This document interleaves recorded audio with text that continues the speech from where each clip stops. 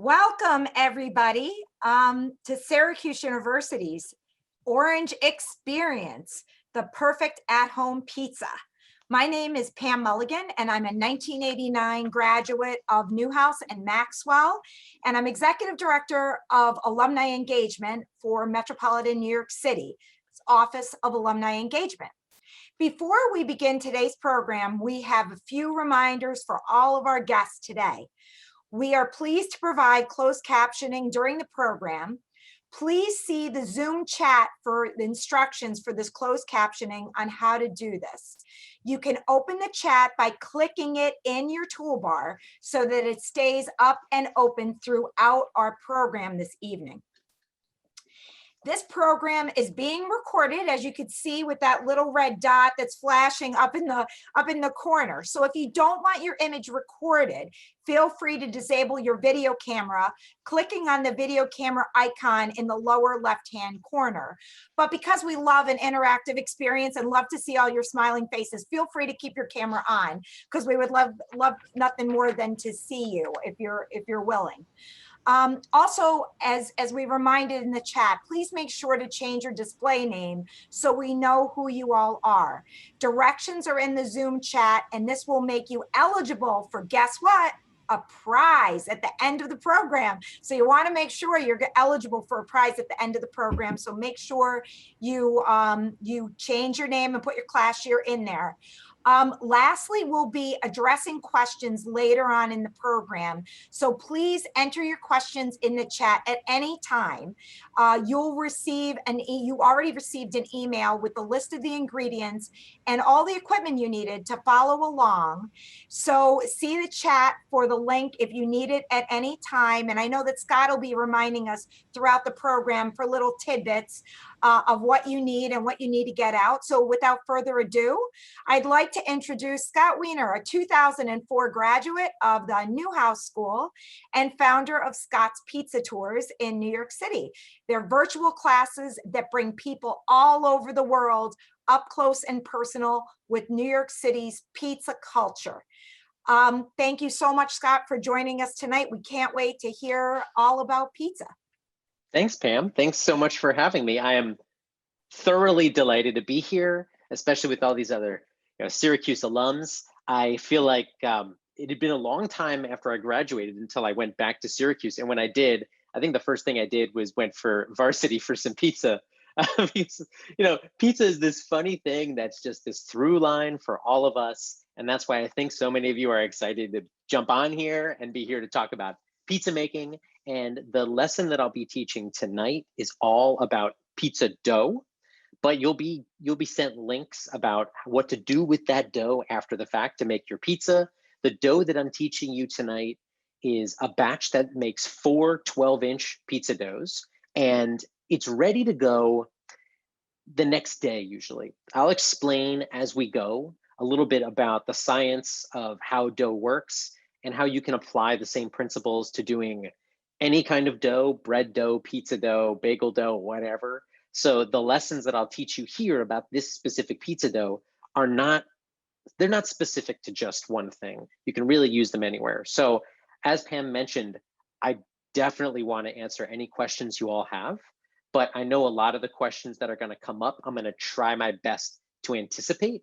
So if you have a question about something like measurements for the ingredients that I'm talking about, all that information is in the email, the document that was sent to you, and it's also going to be on your screen. You can probably see right now that I'm coming to you from this one view over here, but I actually have a second screen, and you'll be able to see that at the same time. That's right over here. Now you can see my dry erase board. So you see both views right over here. Amazing. I think that was Corey who just made the switch, or Alex. Corey, Alex, you're the best. Thanks for doing it. Anyway, you'll see all these things right from this view. Now, while I'm doing the recipe, I'm going to stick the ingredients on little postcards right in the corner of the screen so you can see all that information. So a lot of the basic objective stuff will be on your screen. If there's anything I leave out, let me know, and I'd be happy to answer any questions you have. First one that I do want to anticipate is people might ask questions about, well, what's the best flour and what's the best yeast and what's the best oven? There's no answer for any of those questions because it all depends on what pizza you want to make. You've all had pizza in more than one pizzeria in your life. I know that for a fact. So you know that not all pizza is the same. If you figure out what pizza you want to make, you can backtrack and create the dough that will work best for that pizza. So the pizza dough that I'm going to make for you tonight is going to make a basic New York style pizza that works really well in a home oven. Now, I also used it the other night to make a Detroit style pizza, and I've definitely used this to make thin cracker style pizzas. So it's pretty versatile. But if you were going to tell me, oh, I've got a wood fired oven and I want to make Neapolitan pizza, then I would change little tiny things about this recipe. Or if you were going to tell me, oh, I really want Sicilian pizza, I might make little tweaks here and there. So the dough that we're going to make tonight is really right down the center, all-purpose kind of dough. So to get started, I'm going to, well, I want to show you why I have these words written down on my whiteboard over here. Obviously, these are the ingredients in our dough, but I've written them out in an interesting way. So I've written them out in the order that we're going to add them into our mixing bowl. Because as I go through the process, I will tell you right now, you barely need any equipment to do this. You need a bowl, and that's really pretty much it. Honestly, a bowl, that's about it. You need something to measure your ingredients. That's the next thing. We'll get to that in a second. The only other piece of equipment you'll need are some kind of containers to store your dough. I like to use these round, zippy top container kind of thing. Or if you don't have anything like that, you can use a cookie sheet. I'll show you how to do that later. Anyway, other tool that's really good to have with this, and it's not, you don't need to have it, it's not required, but a bowl scraper.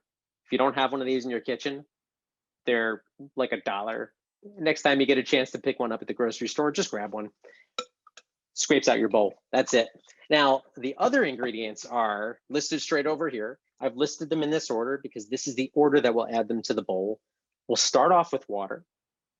We do that because it's easier to dissolve solids into a liquid rather than to start with all the solids, all the dry, and then pour water onto them. It doesn't mix as easily. This will mix much more easily. Part of my goal with this recipe was to develop something that's simple, but it's pro level. Like this is not very different from what you might find in your favorite pizzeria. The second thing that we'll add will be salt. Then after that, we'll add some flour to create a buffer between the salt and the yeast. Then we do yeast. And now you probably noticed that I've got a dotted line. That dotted line is because before we add the oil, we give the dough a little rest. And that little rest is just so all the ingredients can come together and the flour can hydrate. During that rest period, which could be anywhere from 5 minutes to 2 hours, I'll explain why we're doing that when we get to that point. And that's also when I'll answer some questions, which I know that there was one question I just saw flash up. If you can't see both screens that I'm presenting from, then make sure to switch your view to speaker view. And if you're on speaker view, you should be able to see both. Or if you're on a little tiny phone or something like that, you might not be able to see both at the same time. So it's okay. I'll try to use both screens to make it so you can see everything at the same time. So, and another question that just came up actually, I love these questions. I'm gonna try to not monitor every single question, but there are questions coming up about, can I substitute things for each of these? And I will absolutely get into that for you. But let's start off by beginning the mix. Now, there is one little thing I do have to address. I said this a second ago. I said something about weighing out our ingredients. Now, right as everybody was logging in, I think I said to Pam, like, ooh, I forgot to weigh out my flour. I said weigh my flour because in baking, it's always more efficient and more accurate and precise to use a scale rather than using measuring cups and spoons. So this is a volumetric measurement device. This is a measurement device of mass, of weight. I'm using this because I know when I weigh out exactly the right amount of flour, it's going to be the exact same every time I do it. When I do a scoop of flour, it's always going to be a little bit off. So that's why I'm not actually going to use this today, but I will tell you everything in the recipe for both volumetric measurement and for the mass measurement. And that's in your link that you have as well. So I'll start off with my scale, my trusty scale, and I'm going to put 2 cups of water into the bowl. which is equivalent to 460 grams of water. So I'm telling you this recipe as it works for 4 12-inch pizza doughs. But since I make these doughs every day, just about, I have a refrigerator full of dough, I'm actually gonna make a half-size batch for myself today. So if you're working along at home, then you're gonna notice that your batch is twice the size of my batch. That's okay, that's normal. That's just because my refrigerator's already pretty full. So I'm starting off with, for all of you, 2 cups of water. Now, sometimes people will wonder why in a recipe it might call for a specific temperature of water. Sometimes it says use cold water. Sometimes it says use warm water. You want your final dough to come out at around room temperature or even slightly below, because the temperature at which your dough finishes is going to set its pace for fermentation. So if you make a really hot dough, it's going to ferment quickly. If you make a cooler dough, a lower temperature dough, it's going to take more time. The benefit of having a dough ferment faster is that you can eat pizza sooner. That's the only benefit. We'd rather have a dough that takes longer to ferment, because then it's going to develop more flavor and better texture and better color. So I'm trying to get this dough to come out at about 75 degrees Fahrenheit. That's my goal. So along the way, I might take a temperature of something just to see where I'm at. And later, I will definitely take a temperature of my final dough. But if your kitchen is warm, use colder water. If your kitchen is cold, use room temperature water. My kitchen is almost always at 75 degrees. And if you can see the overhead, there it is. If you can't see my overhead shot, there it is. 75 degrees on the nose. So my water, I'm going for chilled water tonight. So we've got that in the bowl. And the next step is the salt. I know somebody just asked about leaving out the salt because of, if you're on a low salt diet. The salt does 2 things for the recipe. Of course, it'll make the dough taste salty. That's fantastic. But it also does something to the yeast. See, yeast is a fungus. And as a fungus, in order to stay alive and replicate itself, it feeds on sugars. And it feeds on those sugars pretty easily when it's in water. But if you add salt, salt is hygroscopic. It's going to pull water away from the yeast. So by not adding salt, we're actually going to make for a dough that's going to ferment wildly. By adding salt, I'm not just making this salty, I'm also creating a fermentation system that's going to be more even and consistent. If you've ever been to Florence, Italy, they don't put salt in the dough. And there's tons of stories about why. One of them is that, oh, it's cheaper. And oh, one of them was that there was a war and they weren't able to get any salt. And it just stuck, whatever. The bread there, to me, doesn't taste great. It looks cool because it's all funky. But to me, it just doesn't really have a ton of flavor. So you can absolutely leave out salt or use less salt, but it's going to change your fermentation. So if you were going to totally leave out salt and you knew ahead that your dough just won't taste salty, I would also aim for a lower temperature of water. And I would also knock down the amount of yeast that we're going to use by maybe 10 or 20%. Because if there's no salt and the yeast is just going crazy, the parents are out of town, they're having a party, then you got to do something. You got to limit the amount of the amount of space inside there for salt. So that's all I'm saying. You can leave out the salt, but it's going to have an impact. So I'll tell you that. The salt that I just added is 18 grams, which is 3 teaspoons. So if you're playing along at home, do what I just did. Dump the salt in there, 3 teaspoons, AKA 18 grams, and just dissolve it into the water. This way, everything else we do, the salt's already in there. No need to worry about it. I'm getting rid of the scale because I've already weighed everything else out. And the next thing that we're going to add into this bowl will be our flour. I know what you're thinking right now. What kind of flour should I be using? In the instructions that I sent out, or that Pam sent out, much respect, it says use whatever flour you want, but if you have bread flour, that's the tops. This is where it goes back to, well, what kind of pizza do you want to make? So for New York style pizza, it's typically a chewier crust that has crunch on the bottom. It's flexible and it's strong enough that you can stretch it over the backs of your hands. For Neapolitan pizza, it's a very soft dough that you can't pick up It's very soft and you would push down on the center of the dough. So if you're doing that, it's a different type of flour. I'm using bread flour because it's strong, it has a lot of protein, and those proteins are going to give me links that allow for the dough to be stretchy. Now, when I add the flour into my bowl, I want to avoid clumping up the flour. So I pre-sifted my flour. If you can't sift your flour, or you don't have time, or you just don't want to, that's fine. But you're just going to have to go through it. And here's like a little trick you can do. I say the word trick, but you know what? This is just, it's not that complicated. If you pick up the flour and break it up in your fingers as it falls into the bowl, that's going to help it out. So I like to do about 2/3 of my flour right into the bowl. And since I've already sifted, I'm not going to be too careful with the whole sprinkling thing.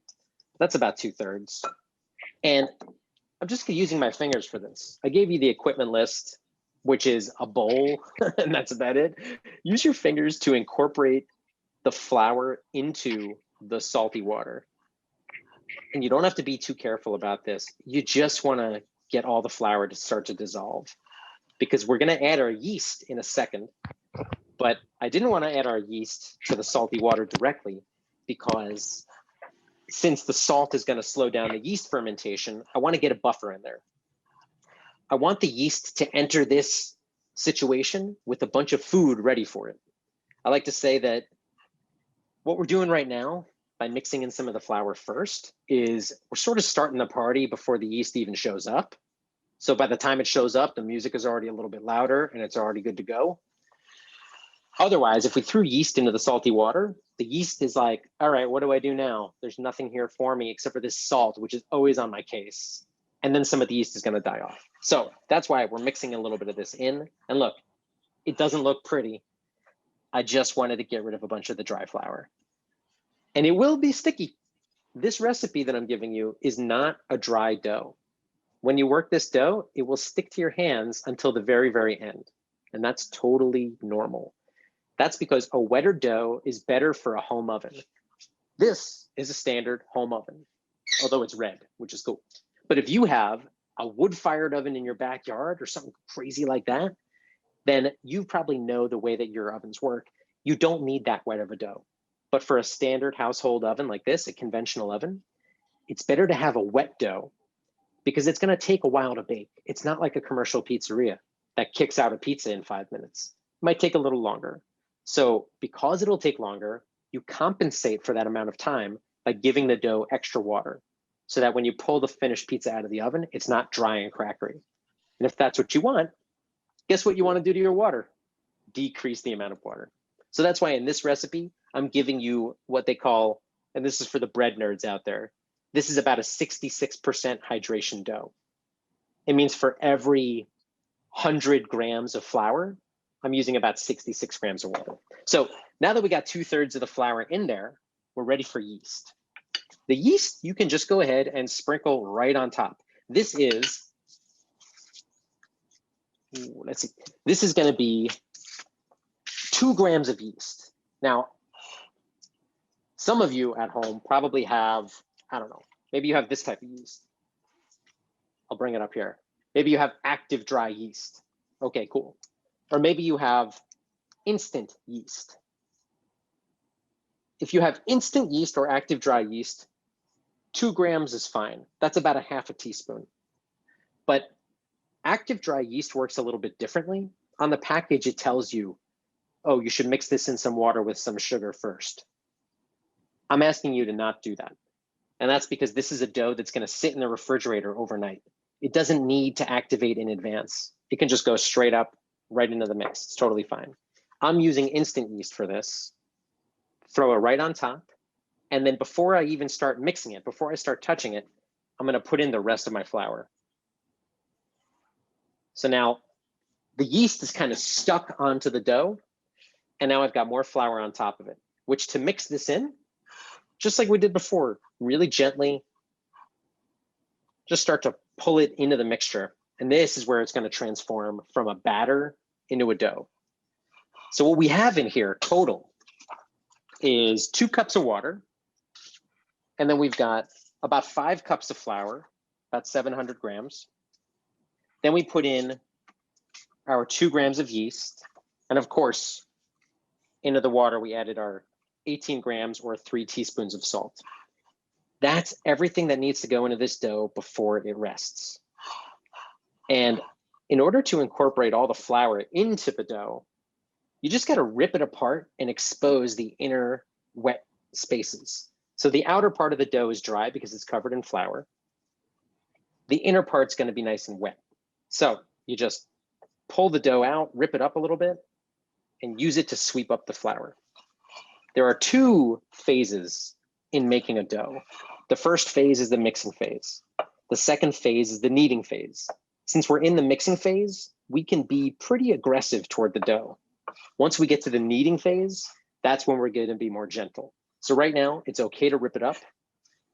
But after we give it its 15 minutes of resting, or maybe a little less, I think tonight we'll give it 5 to 10 minutes of resting, just because it's not a huge batch, then it'll be ready to rock. So we only need to mix this until we've gotten rid of all the dry flour. So if you get to a point where there's no more dry flour in the bowl, congratulations, that's awesome. But that also means you should stop touching the bowl. You should just step away, and then we're going to put something on top of it to cover the bowl so it doesn't dry out. A damp towel, a piece of plastic. I like to use, let me see, like a shower cap. This is my dough shower cap. It does not get used for hair for me. It's just for the dough. So we'll put something on there in a minute. But for now, you just want to incorporate all the bits of flour. So here's where my dough scraper or my bowl scraper gets in here. Bowl scraper is great for, of course, cleaning off my fingies. But also, once that stuff's all rocking and in there, use it to just scrape the bowl. And don't worry, if you don't have one of these, it's all right. Just grab a like a spatula. That'll do just fine. Now look, I've got a bunch of flour on the bottom of my bowl and a really ugly looking dough. So I just pick it up, fold it inside out. And now that I've exposed this stickier inside, I use that to absorb all the flour. So if you've reached a point where there's no more flour in your bowl, cover it up and step away and let it rest. While I'm finishing this up, are there any questions that have come up in the chat that are relevant for the moment? Yes, Scott, there are a couple here. Bear with me 1 second. Sure. So just a couple things to reiterate as we're going through this with Scott. I can absolutely share this recording with anyone. It'll be ready later tomorrow. I get it sent to me through Zoom and we'll just have to edit it. So please feel free, if you just email me directly, I pop my email in the chat and I am happy to take care of you and get that over to you. I know a couple folks might need to take 2 as we learn how to tackle pizza dough for the first time. We did get one question in here, Scott. If I accidentally proof the dough in the oven, could I still put in the fridge overnight? She proofed it at 100-degree temp. So if the dough proofed in the oven, it means it's already undergone its fermentation. So it depends on how much yeast there is in that dough. My guess is since you proofed it at 100 degrees, and I'm assuming that that means that you've let it double in size, then if you split it into dough balls now and stick it in the refrigerator, it'll be okay for another day, maybe 2. But the best thing to do would be once it's balled, put it in the refrigerator without covering it for about 20 minutes. And that'll help the temperature drop. Then put the lid on it or plastic wrap or whatever, and then let it finish out. Just to give some terminology though, when I use the word proofing, what I mean by that is fermentation. It's kind of there are a lot of terms that are used interchangeably with all this. When I say proof, that just means letting the dough rise. So with pizza dough, you can do it with 2 rises or you can do it with 1 rise. Tonight, just for the sake of expediency, I'm going to teach the single rise method. The double rise method is exactly the same, except for you pause between the step of mixing the dough or of kneading the dough and of balling the dough. You let the dough sit in the refrigerator overnight for that. But when we get to that point, I'll definitely tell you. Now, I do want to mention also that my dough now is done. I'm going to leave behind all those little bits, and I'm just going to leave this in the bowl and cover it. And then we can get into more questions. But Oh, there was something else I wanted to say about proofing, which is that when recipes tell you to put your dough in a proofer, or if you proof it in the oven, that's a way of speeding up the process, which is something that I want to try to avoid doing. So that means that you'll be able to use the dough sooner, but yeast does not need to be in that high temperature to work. It works at low temperatures, it just works slower. I see that as a benefit. The British baking show does not, because they're stuck with like an hour and a half of time. That's it. But we got all the time in the world, you know what? So that's why I'm saying I want to avoid using a proofer. I hope that makes sense. Is now a good time, Scott? Did you want to take any other questions? Are you at a pausing point, or do you want Oh to? yeah, bring on the questions for sure. All right, great. So we had someone that had an uh-oh moment and was more than 2/3 already in and used pre-yeast. Do you have any advice? Wait, they used It pre-yeast? said pre-yeast. Oh, what does that mean? I know, I'm trying to look back at who admitted that. Feel free, you can always unmute yourself too if you want to chime in when I'm reading your question. Otherwise, we can get back to that and knock through some of these other ones. Yeah, if that person wants to chime in, that'll be great, just because I'm sure I'll have some kind of an answer, but I just am not sure I understand the question. That was My guess Debbie. is Debbie is out there somewhere. Debbie.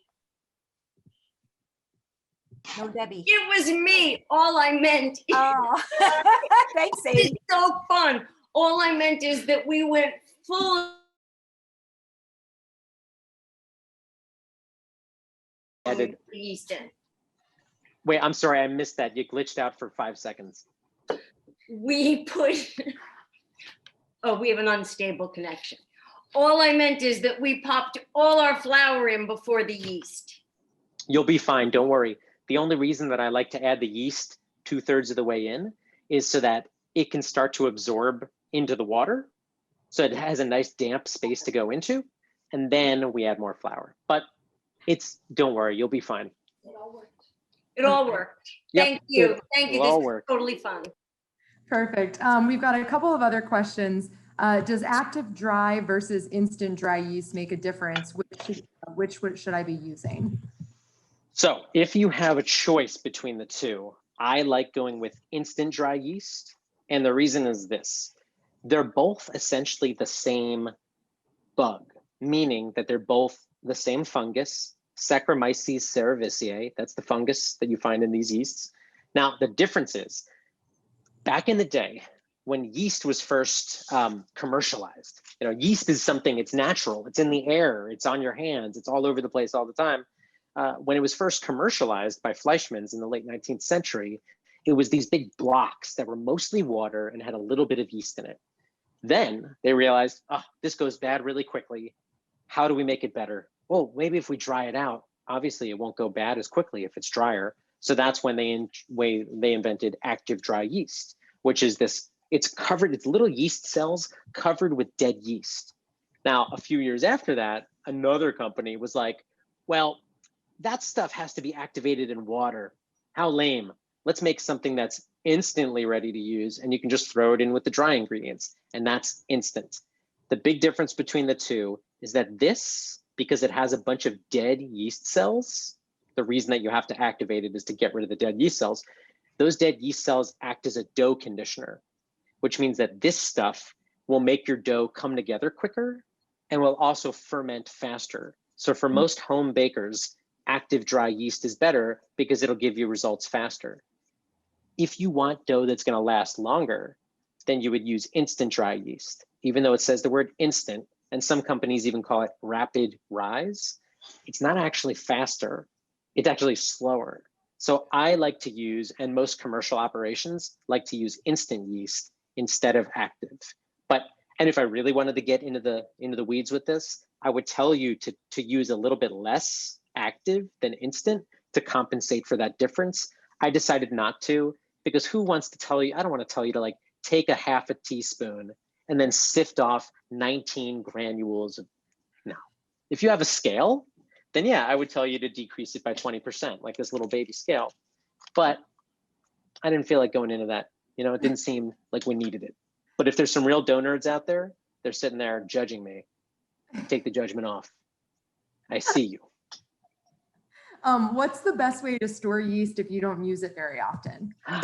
Come with me to my freezer because this is where we store it.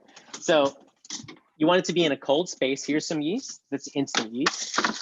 That's an ice cream sandwich. And this is active yeast. If it's in the refrigerator, it'll last about 6 months. If it's in the freezer, it'll last a year or maybe more. I just finished using some yeast that expired in 2018. Still works. Great. Let's see here. We've got lots of questions, so we're going to do our best to get to all of them. What are the tweaks to make a thin crust? If you want a thin crust, then you want to use less water and you'll use more oil. Oil is it'll tenderize and until you get to a certain point where it starts to crisp. So our recipe here that I'm teaching you uses 1.4% oil. That means for every 100 grams of flour, it's 1.4 grams of oil. If you wanted it to get real crispy, you'd use 5%. So that means that I would use a lot more oil than like more than triple of the oil that I'm giving you today. So I would lower the water and I would raise the oil.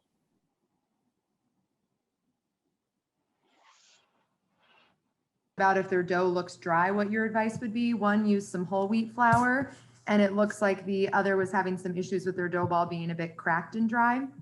Okay, if somebody has dry dough right now, my first thought is you may have measured it. If you measured it with cups and spoons, then you probably just have too little water or too much flour. But I want to go by feel. And if you really think it's too dry, get some water on your hand, like both your hands, run them under the sink, and then use those hands to break apart the dough, and then that water will moisten it a little bit. Another thing though is break it up, turn the dough inside out, because the center might still be moist.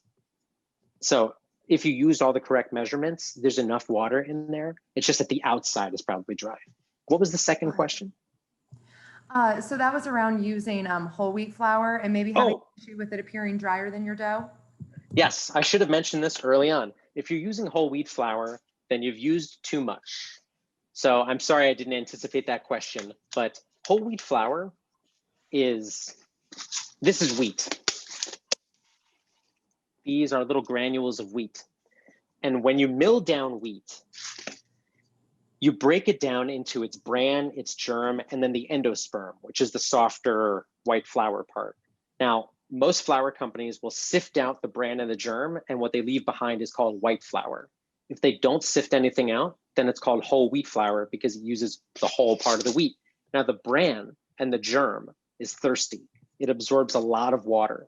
So if you use the amount of water in this recipe with whole wheat flour, all that, you just experienced it and you described it accurately. It sucked up all of the water, which means that now it's a super dry dough. So it's going to be tough to do this. And I'm sorry, I should have mentioned it earlier, but it's going to want a lot more water. My advice is to keep adding water, like a teaspoon at a time even, and incorporate that into the dough until it starts to feel soft. The texture that we're looking for is a softness. It is a texture where you can push down on it and it relents, not so that it's hard as a rock. And mine is a little tacky, which is okay. It just stuck to me a little bit. Totally normal. On the same note, if you're using all-purpose flour, the dough will feel stickier than mine looks. I'm using bread flour, which is high protein. Protein absorbs a lot of water. The lower the protein that you're using, the stickier your dough will feel. So if you're using all-purpose is lower protein than bread flour. But as I said before, if it feels tacky, that's a good thing. Even if it feels a little sticky, that's totally okay. The harder thing to fix is when it's like a rock. So if you're using 100% whole wheat, it would require a lot more water. And for anybody out there wanting to use whole wheat in their dough, my recommendation would be to take this recipe, which calls for 700 grams of flour, and to decrease that amount of flour by 10%, and then make up for that lack of 10% with that amount of whole wheat flour. So for this, I would use not 700, I would use 630 grams of white flour and 70 grams of whole wheat. Then you'll get a dough that's got that whole wheat thing going on, but it's got the strength and the softness of white flour. Great. So we have a couple more questions about dough. It's a popular topic alongside yeast, obviously. So we had one that was having some trouble. Theirs was really liquidy. They did 3 cups of flour into 2 cups of salted water, and it wasn't quite forming a ball yet. Because it should be 5 cups of flour. Sorry about that. Let me put that back up. So that's okay. It means you're doing a great job. In fact, your dough is going to come out awesome because it means you've had a lot of time to hydrate those 2 or 3 cups of flour. So we want 5 cups of flour total. So my recommendation is just keep on sprinkling in flour and incorporate it. Great. Can you talk to us a little bit about some gluten-free dough options? Absolutely. Pizza dough is stretchy because of the gluten. So when you want to use a gluten-free alternative, it's going to be something that has no wheat in it at all. It's going to be like corn and soy-based. My product that I really like the most is this stuff. That's why it's sitting right next to me. It's from an Italian company called Caputo, and the stuff that they make is called Fiore Glute, gluten-free flour. And for the recipe for this, if anybody's gluten-free, I'll say it right now, and it'll be in the recording. So if you miss this, don't worry. It'll also be in the captions. Instead of 700 grams of flour, 500 grams of gluten-free flour, okay? Instead of 460 grams of water, it's gonna be 400 grams of water. The rest of it, like the salt and the yeast, are the same. The oil is going to be double because we need oil to be able to make a dough that's going to be something you can form. Oh, hey now, wait a second. I made some gluten-free dough. What day is this? On the 5th. Here it is. It's in my fridge. It's always dated because organization is important. I probably learned that at SU, maybe. Anyway, this is gluten-free dough. Hang on, let's open this up so you can see. That's gluten-free. This is no joke. And it's still good. So yeah, those are the differences with gluten-free. So the oil is going to be double. I don't remember what I said before. The recipe that we're doing tonight is 10 grams of oil. If you're gluten-free, let's use 20 grams of oil. Great. Another popular question, folks are excited about their pizza and want to know how soon can they use their dough? How long do they have to wait? Some people are getting, I think. Yeah. If you want, you can use this today, but you're gonna have to let it rise. So after we form the dough balls, this is where the proofing it at 100 degrees comes in. You wanna put it in a really warm place, and you wanna let the dough balls almost double in size. You wanna wait till the dough balls are gonna look something like this. They're gonna be bubbly like this. That's probably gonna take 4 or 5 hours. You can speed it up a little bit if you stick it in the oven with the light turned on. That light will generate enough heat that it will be like a proofing box. But again, I don't recommend using it tonight as much as you want to. If you're on the West Coast, you got more time. But it's really going to be much better tomorrow, and it's really, really good on the 3rd day. Why am I torturing you like this? Why can I not just teach a class where you make dough and then you make pizza 5 minutes later? Because of science, and you can't fake science. Here's what it is. If I wanted to make a dough that's going to rise really fast, we would use warm water and we would use a bunch of sugar. Now, I'm afraid I'm gonna have to do this. We have to bust out the dry erase board again because we need to talk about how fermentation works. Fermentation is the process by which yeast consumes simple sugars and then converts them into gas. Simple enough, right? Our friend the yeast is hungry and it likes fast food. It doesn't want to cook, it wants fast food. So it wants to eat these little simple sugars. But then our buddy flour comes along, and flour is pretty cool because flour is just protein and starch. That's all it is. It's like complex carbohydrates and starches. It's complex sugars. So the flour is these long bars of complex sugars. The yeast doesn't want that. The yeast wants simple sugars. So if you leave the dough alone long enough, then those complex sugars are going to break down into simple sugars, and those simple sugars will be digestible by the yeast. It breaks down only if you give it time. So that's where our good old friend, the table sugar, comes in. Well, what if I just dump a bunch of that sugar in there, right? Well, that'll create some food. Okay, let's leave all these complex sugars complex. So if the yeast sees all that sugar come in, then the yeast is going to be like, well, forget about all that food sitting over there. I'm going for the simple stuff. I'm going for Taco Bell. And then it gets distracted and it goes over here to all those sugars, leaving behind all this flour, which then doesn't get broken down, which means you eat the pizza and you feel heavy and, oh, I just ate a lot of pizza. That's when you feel like that, it means the pizza was under fermented. If you omit that extra sugar and warm water and give it time, then you're going to have this beautiful situation where you're going to break down all these complex sugars in the dough, in the flour, I should say, and it's going to be filled with carbon dioxide gas and ethanol alcohol. And that's why if you made it tonight, it's going to be a tougher dough. If you made it 2 days from now, it's going to be gentler and easier to eat. I hope that makes sense. Absolutely. So Scott, I'm tracking any of the other questions that are coming in, but I want to make sure that you get to finish what you need to get through tonight so we can hold on. Okay. Yeah, we've got to get to, there's only one ingredient left, and you probably Okay, remember from my list. You probably remember my list that had the little dotted line between the flour, the salt, the yeast, and the water, between that and the oil.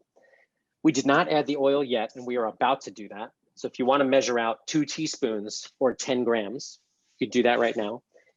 The reason that we didn't add the oil yet is because oil is a gluten inhibitor. It gets in the way of gluten formation. So if we put the oil in too early, it prevents the dough from building up strength, and it makes for a much more, what do you call that, tender dough. So we've allowed the dough to sit here for, I don't know, 10, 12 minutes. And at this point, it's gotten a little bit, it's the flour, which was once coated by water, has now absorbed that water. So now it's not as sticky. It's not really even as tacky. And if I pull it, it's elastic, which means that this has already started to build up gluten. And at this point, this is where we can add the oil. We're going to do this in 2 parts. So I got 2 teaspoons of oil. That's 10 grams. And I'm going to add about half of it in first. Okay, that's half, about half. Now, use your hand to just spread the oil around the surface and then poke it into the surface of the dough. Now, we're about to enter the kneading part of the process, which means that we have to be gentle. We're not going to rip the dough. We never want to pull it so that it rips apart. Instead, we want to treat it kindly. So pull your fingers together. Stick your hand under the dough, and then you're going to pull the dough into the center and press down. Then rotate your bowl and continue to do this for about 1 minute. We just want to start to incorporate the first half of the oil, so that way when we add the second half, we're not dealing with a big slippery mess. If you added all the oil at once, it's just going to be a big slippery mess. Doing it this way in 2 parts, it's just going to make it easier for you. So again, we're taking it from the outside, folding it into the center, and pushing. Fold it from the outside to the center and push. Mine actually doesn't feel oily anymore, so I'm going to add the rest of my oil. That was less than a minute. Those of you who have noticed that your dough feels wet or feels dry, believe in yourself. You are right. If it feels dry, then it wants more water. If it feels wet, then it wants more flour. Now, don't get into a situation where you're starting to add too much stuff, but just trust yourself. Okay, this dough right now, I've just added a second batch of oil. And now I do the same process where I pick it up from the outside and fold it into the center. And look, it's not sticking to itself because it's covered in oil. Don't worry, it will absorb that oil, and then we'll be able to have the dough stick to itself. If you're doing this correctly, then you'll notice that by picking up the dough, the bottom of it's starting to get smooth. If it's not like that, don't worry, it's gonna get like that. It just means you might be maybe too aggressive with the dough. Sometimes people think that they need to pull the dough a lot. You don't. There's too many movies or TV shows where people are shown kneading the dough and they're very aggressive. They talk about how it's a big workout. If you're doing it correctly, it's not. It's really just using the force of the dough for the benefit of building itself and its strength. So now that I've got this dough pretty well worked in, it's still a little bit wet on the outside. I'm going to change the way that I'm kneading. Check this out. Before I was using the inside of my hand to fold it in and then push down. But now I'm switching things around. Check this out. It's going to get crazy right now. I'm going to use the inside of my hand to fold it in, but then I'm going to use the back of my hand to push it down. By doing it this way, I'm putting less force on the dough, and it's like a softer way to incorporate it. But I'm getting pretty close to the point where it no longer feels oily. So when I get to that point, it's ready to pop onto the tabletop and to finish the knead. So I'm going to let you all catch up, and in about a minute, we're going to put this on the table and finish the kneading process. So just for a few minutes, oh, you know what? Wait, it needs more kneading. I saw that it's ripping. You'll know that you're ready for the next stage if there's no more big ripping, if it starts to act like one cohesive dough ball, and if it no longer feels greasy on the outside.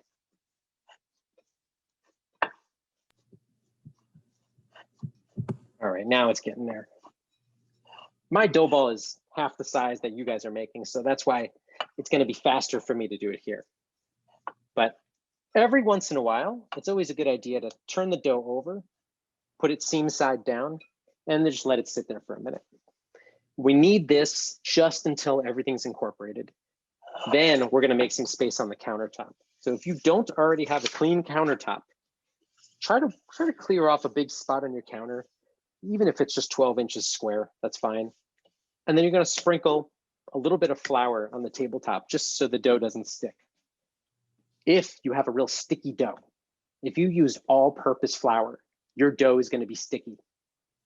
If you did that, you're going to put onto the countertop a pretty healthy amount of flour. What the heck does that even mean?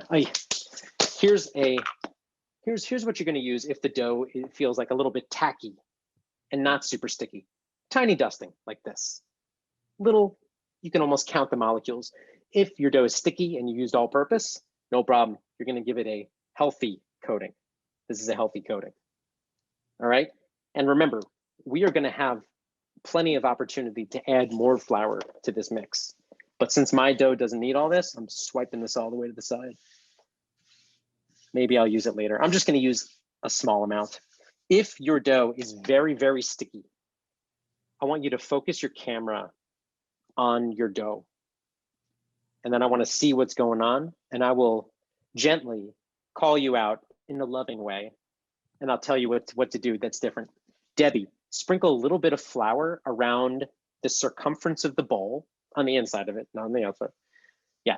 And then you're going to use that hand, put some flour on that hand, like you're chalking up your hands like you're a gymnast. And then you're going to use that floury hand to scoop dough from the outside and fold it gently into the inside. I think you're being a little bit tough on the dough. Just gentle folds. Anne Marie, same deal. Now that dough actually looks pretty good. You don't need to pick it up in your hands like that. You're like putting the dough on parade, and I don't think it's ready for that yet. Put it back into that bowl, put a little pinch of flour in there, and fold it over gently. Kayla, that dough looks good. Just keep on going. Don't add any more flour because it looks like it might be drying up a little too much. In fact, if it feels like it's too dry, run your hands under a little bit of water. Or if you got here's my pitcher of water I used before, just dunk your hand in that and then use that slightly damp hand to work on the dough. Danny, you're just showing off. Danny Tanner, you are showing off because that dough looks great. Like you don't need any help from me. I don't know why you're showing off so much. I get it. Okay, let's see. Oh, the Cheryl cam. That dough looks good. It just needs to be worked a little bit more. If your dough still looks like it's crumbly, it just needs to work. Oh, Marissa, look at that. You know that dough looks good. Yeah. Are you kidding me? Yeah. And now you're doing the victory dance. Absolutely. Yeah. Much support. Cool. Okay, Robert. Robert, same thing I told everybody else. Chalk up your hands a little bit, fold the dough from the outside to the inside, and then yours will look more like Janine's. Janine Bonanno, you got it. The dough's looking good. Yup, good job. When in doubt, focus the camera on your dough. That'll be my signal to be like, oh, emergency, dough emergency. Okay, cool. Now we got to get back into this because we're ready for the next step. And again, if you're not ready for this part, it's okay. You can get the video, you can work on it after the fact, it'll be okay. The next step will be to turn the dough out onto your lightly floured surface. When I say turn the dough out, I do not mean extract the dough viciously. I mean, treat the dough right. Pull it gently out of the bowl, directly onto the table. Now the dough is, okay, good. Ooh, it's loose. It doesn't stick to the counter. Great. Now here's the motion, my friends. Ready for this? We're gonna take the dough, and this is the kneading process. We're gonna take the dough and we're gonna take the top of it. Take 12 o'clock right there. And you're gonna fold it down to the bottom, down to 6 o'clock. Now, I'll show you this with my Scott's Pizza Tours camera number 1, is that if you use put your wrist directly on the table and point your fingers up at about a 90-degree angle, 45-degree angle, you now push through the dough. And when you do that, you're gonna pinch together the top and the bottom of the dough. So what I've just done was I folded the top to the bottom, and then I push across the table maybe about 10 to 12 inches so that I pinch them together.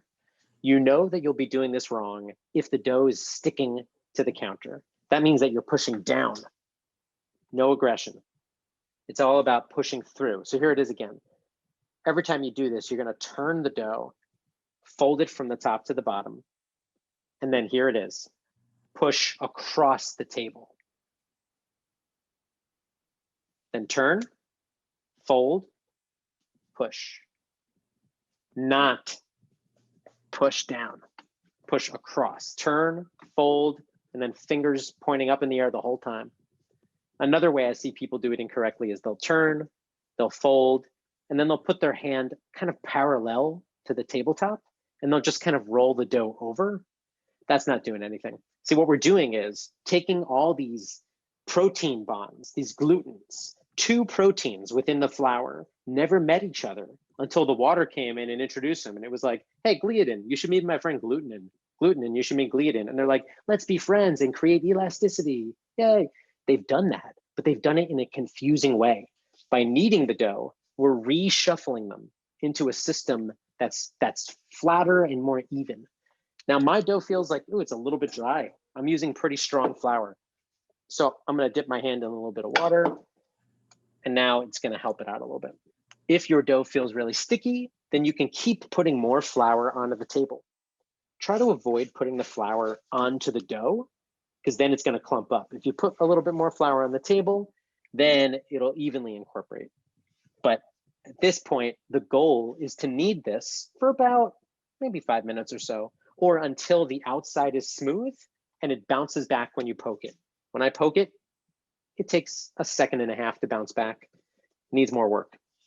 If your dough is ripping, it means that you're pushing down on it too much. If your dough is ripping, it also might mean it's a little dry, so maybe a tiny bit of water on your hand. Another thing you definitely want to do is, if you see that it's creating all these little craggly rips on the surface, you do what you do anytime there's tension in the room. You just walk away. Let the dough sit there, cover it up so it doesn't dry out. And I'm not even joking, walk away.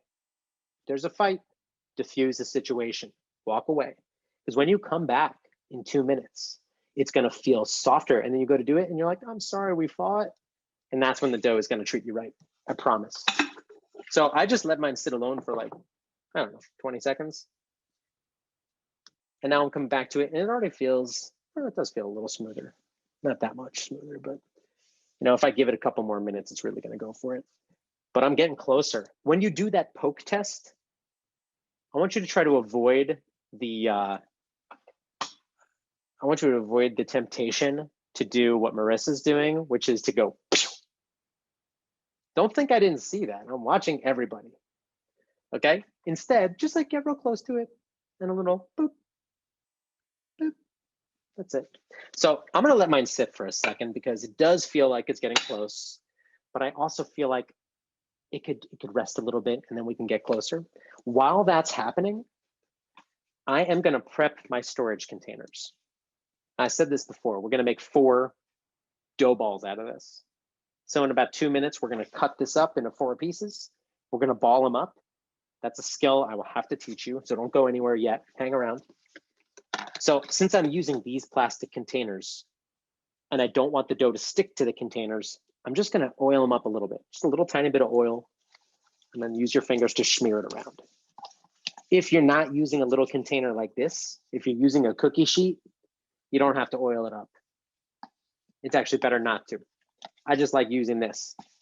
If you have containers, round ones are better than square, unless you want to eat a square pizza. It's easier for the pizza to be round if the dough was in a round container and if it rises in that round container. If you have a big container and if you're thinking, oh, I have, what do I have? This. If you're like, oh, I'll just put all 4 doughs in there, don't do it because they're all going to grow together and you're going to have a nightmare situation trying to get them out. This, you could probably put 2 doughs in this. It's labeled 8, it's an 8-cup container. I use 3.5-cup containers for each dough. And this way, when I want to make a pizza, I just pull the one thing out. Let's be honest, I'm never just making one pizza. I pull like 2 of them out, good to go in about an hour and a half. So, greased up my containers. Oh, don't neglect the lids. The lids need a little bit of love because if the dough rises up too much, it's gonna get stuck to the lids. Okay, so there it is. Oiled up all my containers, beautiful. Now when I come back to my dough, the dough is probably even more luscious and soft. Ooh, I'm gonna do a couple of kneads to this. Okay, I remember I rested it on its seam. I'll turn it over because I wanna maintain the smoothness of that. And now, oh, it's so nice right now. Turn it over itself, gentle knead, turn it over itself and push. Turn it, fold it, push it, turn it, fold it, push it, and there it is. Cool, I feel pretty good about this. I'm gonna let this hang out and rest while I watch everybody else's dough. Is anybody having a disaster situation? Yeah, you know what to do. Just put the camera on it. Okay, Patty, is that still in the bowl? You can emerge from the bowl. You're ready for this. Debbie's is looking great, but you don't have to push down on it so much, Debbie. You're pushing down. You don't need to do that. Forget everything you've ever known about anything. Today's a new day. It's the re-education day for you. But it's an SU related re-education, so we know it's okay. It's accredited. Okay, Chris. I'm seeing on the Chris cam, it's still a little bit dry. It's like not coming all the way together. I want a little bit more water on your hands because I think it's gonna help it. Right now it's got all these flaps. Yeah, wait, was that Corey? Yes, I was just gonna hop in. I think some folks are having to pop off. We're a few minutes after 7. So I just want to make sure if there's final tips that you want to give, and then I had promised if you're willing that we would stay on for a little bit longer to maybe tackle some of the questions we hadn't gotten to yet. Absolutely. I'm gonna run through the final bit of this and Perfect. then you'll be good. So I do have, just if anybody's leaving in the next 1 minute, the tips are, well, you're gonna wanna divide this into 4 even pieces and then form them into seamless dough balls, meaning that you wanna make sure that there's no open seams in them. I'll show you how to do that in a minute, but if you have to leave, just keep that in mind and then watch the video, that'll help. The other thing is when you're ready to use the dough, you wanna pull it out of the refrigerator about an hour, hour and a half before you're ready to use it. And then let it sit in the room because it'll slack, it'll warm up a little bit, it'll rise a little bit more. But beyond that, keep it covered and in the refrigerator for up to 4 or even 5 days. And then it'll be okay. When you're gonna bake it, the other videos that you'll get, I'm gonna send you links to my other videos. They'll show you how to stretch the dough, how to deal with topping it, how to bake it. I also do a dough class like this, but it's a little longer because I go into a little bit more science. I know we've done a lot of science tonight, but like there's way more. And there's math, which I don't like, but it's good for dough, so it works. Anyway, I teach a public class every Saturday, and I teach a public pizza making class every Sunday. The details for all that are on my website, which is scottspizzatours.com, as well as details for doing private versions of these classes and also other like history classes that I do. I do a lot of deep history stuff, but the pizza making is the most delicious. So that's why I'm jazzed about this here. So let's cut this up. Here's how it's gonna work. Cut it into 4 equal pieces. If you have a scale, you can weigh it and you can be super exact. I don't know where my scale is. Oh, here it is. If you did this recipe correctly, and if you don't have a lot of excess waste in the bowl or on your fingers, then your dough is probably going to be 292 grams. Almost. I almost got it. Oh, this is going to be pretty close. 292 is about but you know what? If you don't have a scale, it's okay. 4 even pieces, that'll do the job. Whoa, this dough is bigger than normal. Wow, I ended up with 295. Huh, crazy. All right, so once you have 4 equal pieces, here's the situation. I'm gonna turn this because we're gonna really need to see this. The dough, the part of the dough that you ripped is tacky. The part of the dough that you didn't rip is smooth. I want you to put the smooth side in your hands. The tacky side is up. To form this into a dough ball, you don't want to just round it up because then you're going to get air trapped in the inside. If you've ever picked up a slice of pizza and it kind of flopped down or there was a crack in it, that's the mistake that was made. So you're going to hold it like this. And now you're going to fold the 2 sides up and just give them a pinch so those 2 sides combine. I'm going to do one of them on this camera and the other dough on the other camera. After you've done the pinch, turn it a quarter turn. So look, it's sideways now, and then fold it up, pinch. You're going to notice a pattern. Turn it, fold it, pinch. That was the 3rd time. 4th time, turn it, fold it, pinch. And then, just because I like odd numbers, we'll do it one last time, a 5th time. Turn it, fold it, and pinch it at the top. You'll notice when you do that, the bottom becomes even more smooth. But now you've got this weird crease. Just take your fingers and pinch the crease together. And once that's been pinched together, you have a seamless dough ball. And I like to just put it on my tabletop seam side down. And I just round it up gently just to turn it into a ball. And there it is. Drop it into your container and shove it off to the side. I'm going to show you again using this other camera because I think this will help out a lot. Okay, so here's the dough ball. Remember, the softer, the smoother side is in my hand, is face down. The stickier side is up.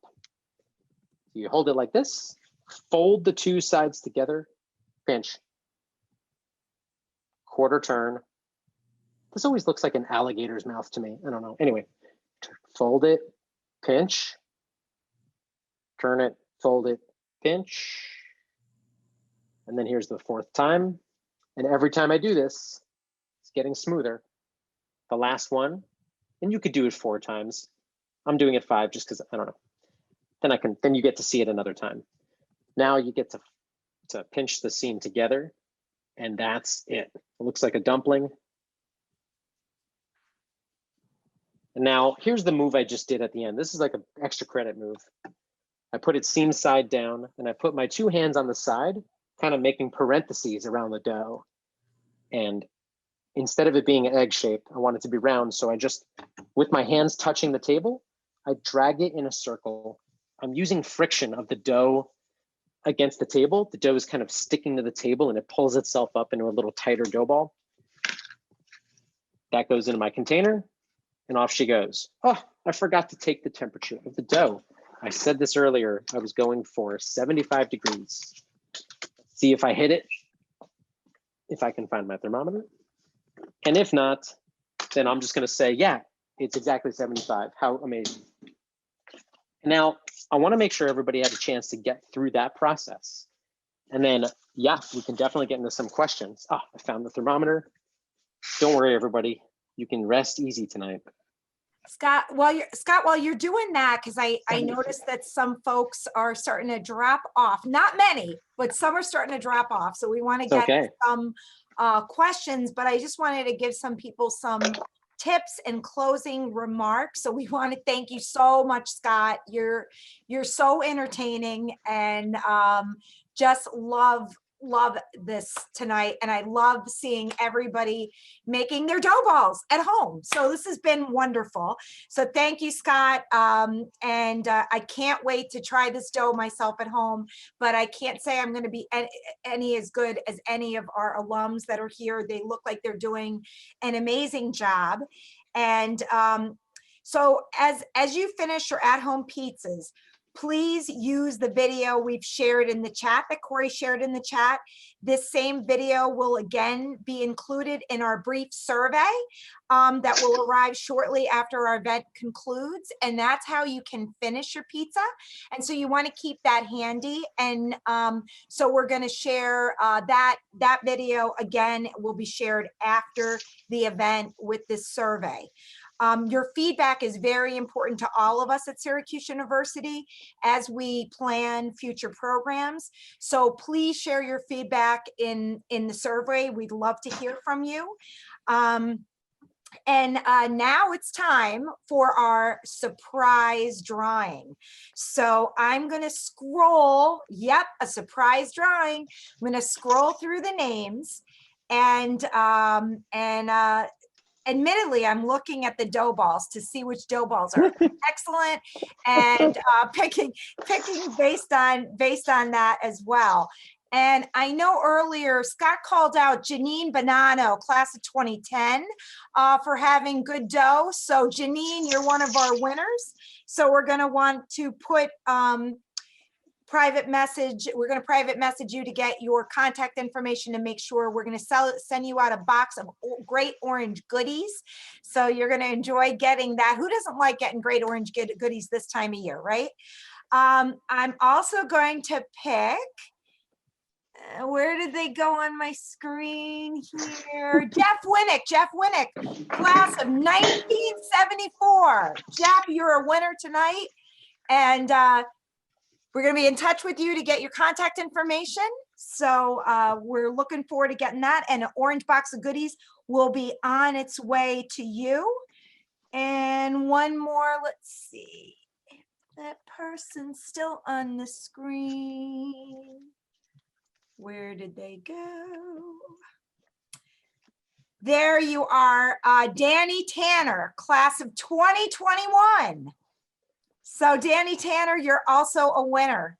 So we appreciate all of you joining us. I think it would make a great picture if before we leave, if you can all hold up your dough balls, and we'll take a quick picture of your dough balls. Maybe now is a good time to do that while Scott's working, and I'm going to do a quick snapshot of those pictures.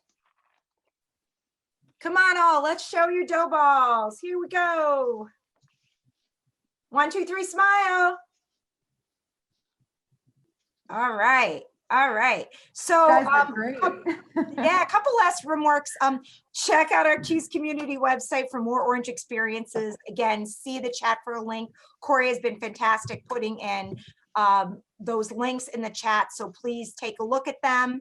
And next up in January, we have brunches are more than mimosas. So after the holidays, we're going to need, when we're starting to get snow in the area, we're going to really need that that event to carry us through January. And so also in the works for January are fun programs about our tea and self-care. So those of you that like tea, that's coming up. So thank you so much for everybody for participating in today's virtual program. And we'll stay on a little longer to get some more of your questions. And Corey has been capturing more of them, and we'll go from there. So thanks again. Go Orange. I also want to say before we get to the first question is if you look on the left side of my screen of the overhead camera, that's the dough ball I just made. Here's one that I made yesterday. Same exact recipe, everything the same, just so you can see what's going to happen. Now, the way to make sure to to keep the sanctity of your dough is to not touch it. When you're ready to make this into a pizza, coat it with flour and then gently turn it onto the table so that you can keep all the gas from fermentation. But there it is, look, young dough, and then the older dough, one day, there you go.